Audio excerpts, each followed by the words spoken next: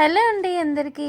తవ్వకాల్లో కదా బంగారము అక్షయ పాత్రలు బయటపడ్డట్టు నా ఫోన్ స్టోరేజ్ ఫుల్ అయిపోయింది. ఏమన్నా పాత వీడియోలు ఉంటే డిలీట్ చేద్దామని చూస్తే ఎప్పటిప్పటి వీడియోలో ఉన్నాయి.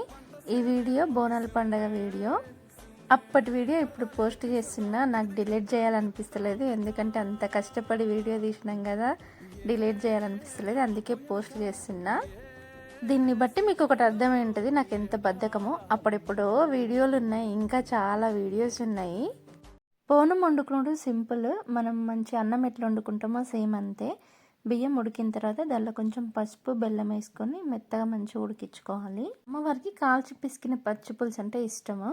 కాల్చిన పచ్చిమిర్చితో పులుసు విసుక్కోవాలి ఉప్పు వేసుకొని, అంతే సింపుల్. అంత కష్టపడి బోనం వండి వంట చేసి అన్నీ తిని బోనం బుదిచ్చి ఇంకా తీరా బోనం తీసుకెళ్ళాము అనే టైంకి ఫుల్ వర్షం పడ్డది. బోనాలు చూసిరా ఎంత మంచిగా అనిపిస్తున్నాయో.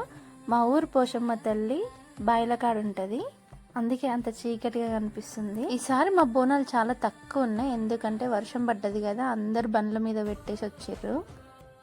మనం తీసుకుపోయిన బోనంలోకి వెళ్ళి అమ్మవారికి ప్రసాదం తీసుకుంటారు. తీసుకుపోయిన పచ్చి పులుసు నూనె అవన్నీ తీసుకుంటారు. ఇప్పుడు ఒక మంచి ఎంటర్టైన్మెంట్ ఉంటుంది, చూసేయండి, నవ్వుకోండి బాగా.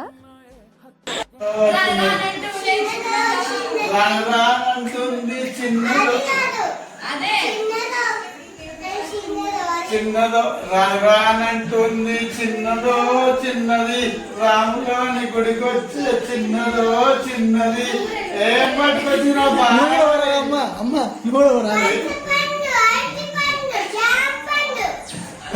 రాయము చెప్పండి చెప్పాడు. పనస పండు, సంత పండు, అరటి పండు,